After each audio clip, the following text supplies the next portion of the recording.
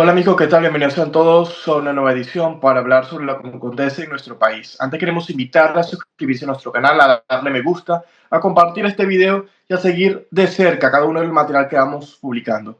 Tenemos hoy una información un poco dolorosa, pero también muy preocupante sobre las violaciones sistemáticas de los derechos humanos que ocurren en Venezuela.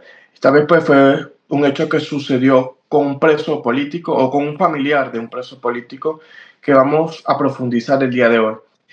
Conmigo está Zulima Quiñones, mi compañera en este espacio, que le doy de una vez la bienvenida para comenzar la conversación. Sí, muy buenas tardes, Emanuel, y buenas tardes y buenas noches para donde estén en los países, en cualquier país del mundo que estén las personas, ¿no? Porque de verdad que es una denuncia, y más que una denuncia, es un acto sumamente cruel, una situación irregular que sucedió en el centro penitenciario de Ramo Verde. De hecho, fue un familiar del sargento Luis Vandrés, y que por solamente hecho de él hacer esta denuncia fue aislado. El día sábado, su hija de 13 años, que fue a visitar a su padre, y para permitirle la visita, eso lo llamo yo, no sé, después Manuel tendrá las palabras correctas, violencia sexual y psicológica. La obligaron por parte de los custodios a bajarse su pantalón y mostrar sus partes íntimas para poder seguir adelante para ver a sus padres.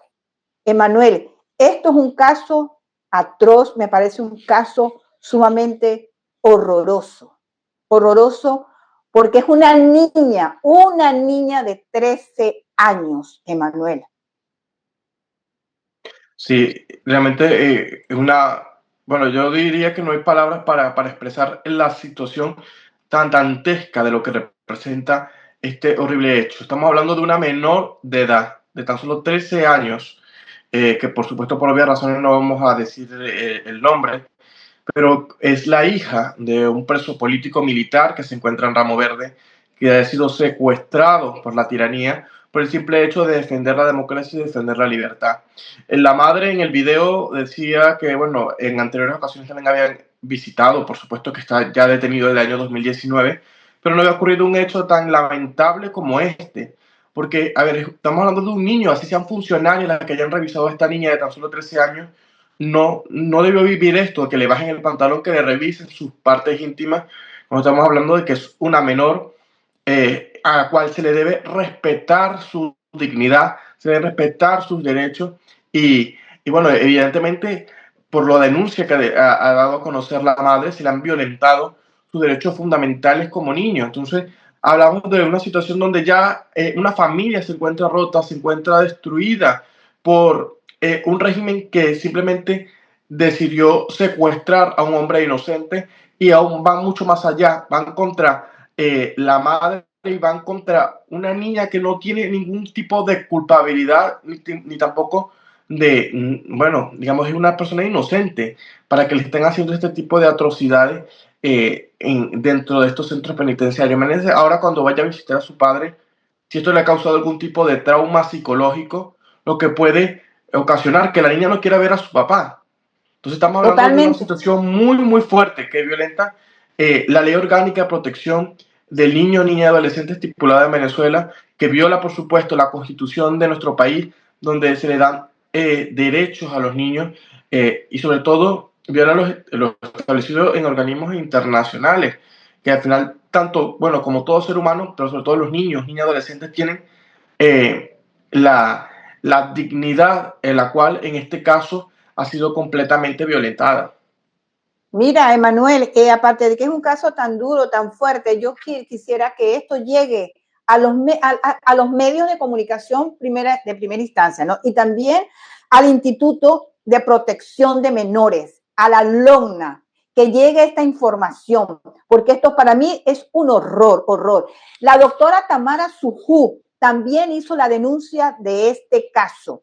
Porque mira, yo de verdad no tengo ni siquiera palabras, Emanuel, cómo descifrar y cómo hablar de este caso. Te puedes imaginar su madre y puedes imaginar al sargento Luis Vandrés, que por el simplemente hecho de él denunciar, porque es una denuncia, es una gravedad, a él lo hayan aislado. Ahora pregunto, ¿cuánto tiempo va a estar aislado? ¿Y qué le podrán hacer a él por haber denunciado esta atrocidad? Porque para mí esto es una atrocidad y es una violación a los derechos de los niños.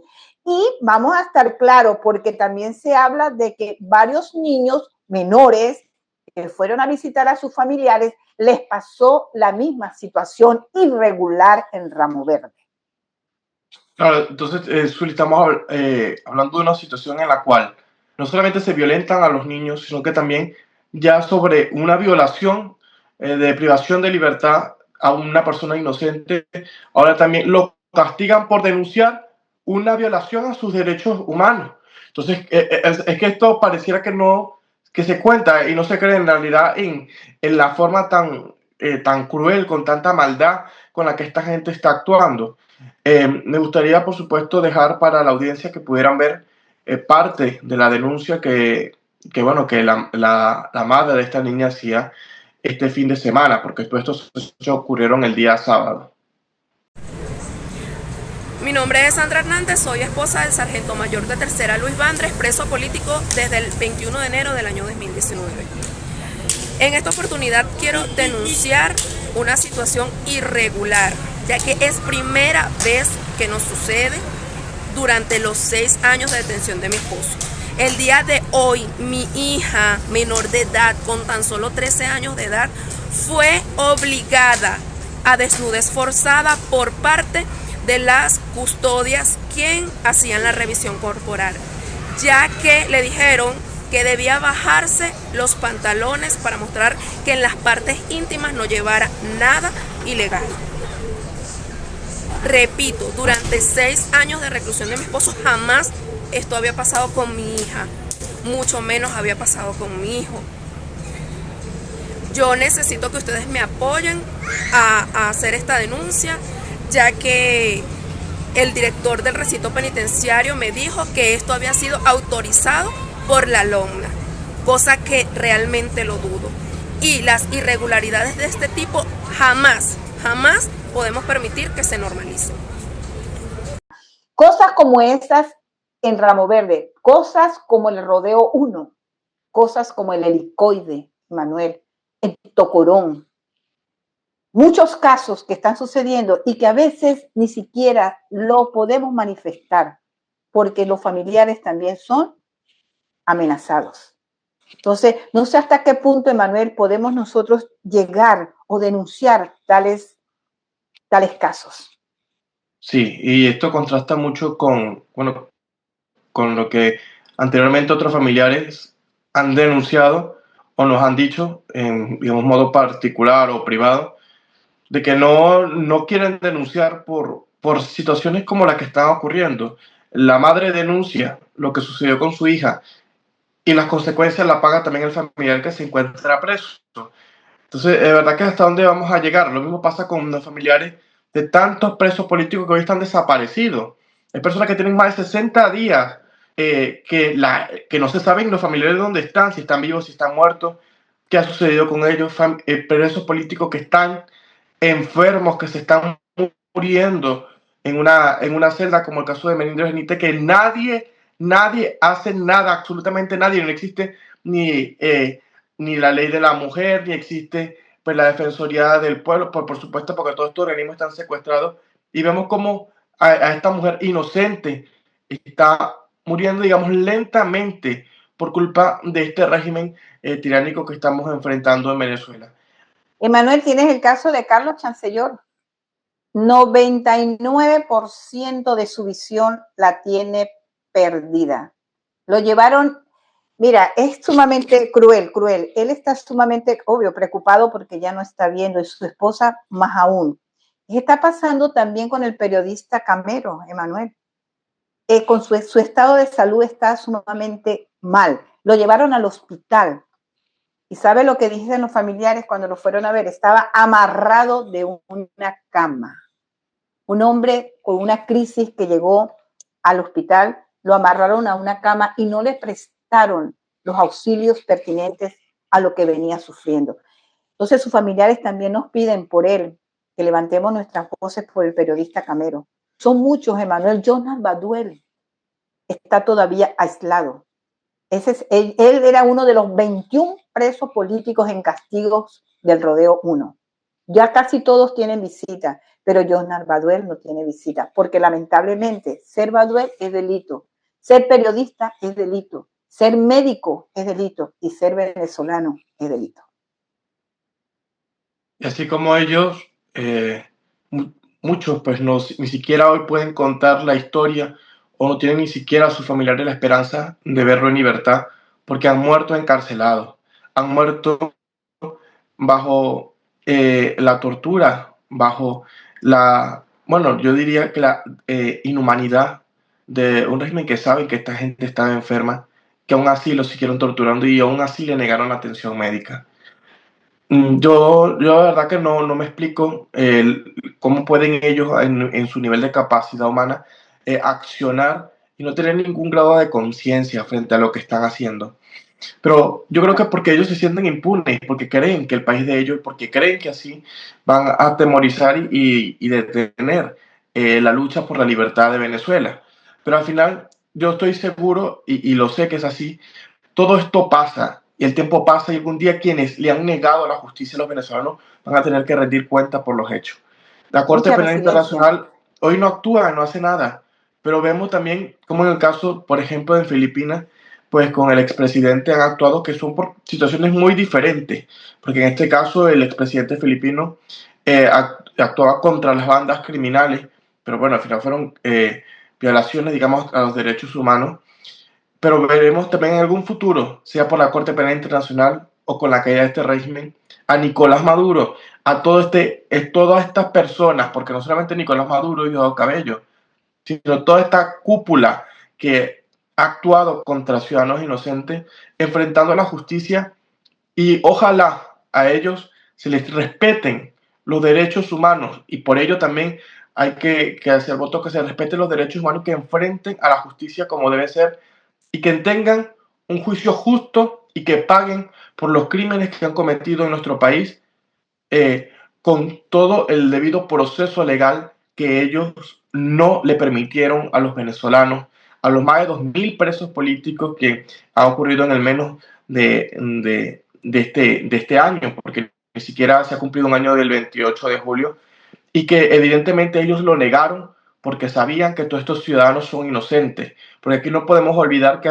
han incluso muerto personas por simplemente haber sido testigo electoral, que lo han dejado morir, como el caso del joven en el estado de Anzoátegui. Mira, Emanuel, hay un caso que estaba viendo la mamá de Jonathan Torres, el muchacho de 25 años, la señora Rodas, nos cuenta que el muchacho llegó a Venezuela para quedarse y desde ese momento ella no ha tenido información de su hijo. Ella está sumamente preocupada por dónde está Jonathan Torres. Es un grave problema. Sí, aunque realmente contrasta con los informes de la ONU, por ejemplo, que durante mucho tiempo ha estado silente frente a la situación de nuestro país, pero que en los últimos informes ha demostrado y documentado casos de violaciones incluso a menores de edad, ha documentado las torturas, los tratos crueles contra mujeres embarazadas, contra niños que, bueno, de 13, 14, 15 años.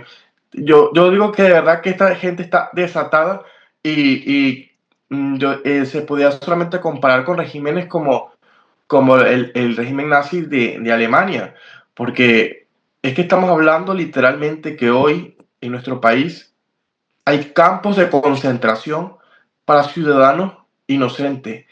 Hay campos de concentración donde son sometidos a tortura y tratos crueles al punto de matarlos. Y aquí en Venezuela ha muerto mucha gente inocente, gente que lo han lanzado de un quinto piso, como el caso de Fernando Albán. Entonces estamos hablando de cosas que han sido documentadas, hechos reales, que han sido comprobados por que este régimen ha estado cometiendo crímenes de lesa humanidad. Entonces, yo lo que digo es, al final, ok, ya todo esto se sabe, el mundo lo sabe, pero el problema está en que no hay una actuación real para agilizar este proceso. porque Eso al es final correcto. necesitamos los venezolanos justicia y le decimos, ¿dónde está la Corte Penal Internacional? ¿Dónde está el fulano fiscal Karim Khan? ¿Qué Ujú. hace por Venezuela? Mientras da una orden de captura a, por ejemplo, a Benjamin Netanyahu en Israel, la Corte Penal Internacional, ¿por qué no lo hace contra Nicolás Maduro, quien sí realmente ha cometido crímenes contra sus propios ciudadanos? Porque lo que ocurre entre Israel y Palestina es una guerra, bueno, entre Israel y el grupo Hamas, es una guerra, Ujú. pero en Venezuela estamos hablando de un régimen armado, de un régimen que usa el poder de la violencia contra ciudadanos que no tienen nada con qué defenderse. Lo único que con los que los venezolanos protestan es con una bandera. Es nuestra única arma, la bandera y la verdad que llevamos por delante porque tenemos la razón en esta lucha. ¿Y por qué la Corte Penal Internacional no hace nada? Pareciera a veces que existiera algún tipo de complicidad en todo esto, o que no quieren actuar frente a lo que está sucediendo en nuestro país. Es verdad, Manuel, es una situación muy lamentable. Bueno, luego de, quizás en otro programa podemos hablar de una familia entera. Son 4 personas que están detenidas y la hermana nos cuenta, la señora, no quiero tampoco nombrar el nombre, nos dice que van al rodeo y les dicen que no están. Otras personas dicen que sí están en el rodeo. Van al helicoide y les dicen que no están. Entonces, ellas también quieren saber por sus 4 familias. Pero eso esa información la daremos en otra oportunidad para estar bien informadas y con una veracidad sobre ese caso. Pero es un caso también muy lamentable, porque sus familias están sumamente preocupados por sus 4 familiares que no saben el paradero de ellos. Así es, bueno, nosotros ya estamos terminando, pero antes de finalizar, también hacerle un llamado a los ciudadanos. Sé que hay mucho miedo frente a lo que está Ujú. pasando en nuestro país, pero hay que difundir la verdad, hay que denunciar lo que está sucediendo. No podemos callarnos. Tal vez no se quiera muchas veces hacerlo en modo propio, por supuesto, pero este tipo de cosas hay que difundirlas, hay que denunciarlas, hay que compartirlas para que se sepa lo verdadero de lo que está sucediendo en nuestro país. Hay que dar un apoyo, aunque sea moral, aunque sea espiritual, porque una oración también cuenta. Hay que intentar hacer que esas personas tengan voz frente a lo que está sucediendo. Sí. Y frente a la opresión que estamos viviendo en nuestro país, yo estoy seguro que la verdad y la libertad se impondrá frente a tanta maldad. Y ojalá que algún día exista justicia, y yo sé que va a ocurrir, va a existir justicia en nuestro país, pero también algo que no vamos a poder retroceder es el tiempo y esta ruptura emocional y espiritual que esta gente nos ha llevado.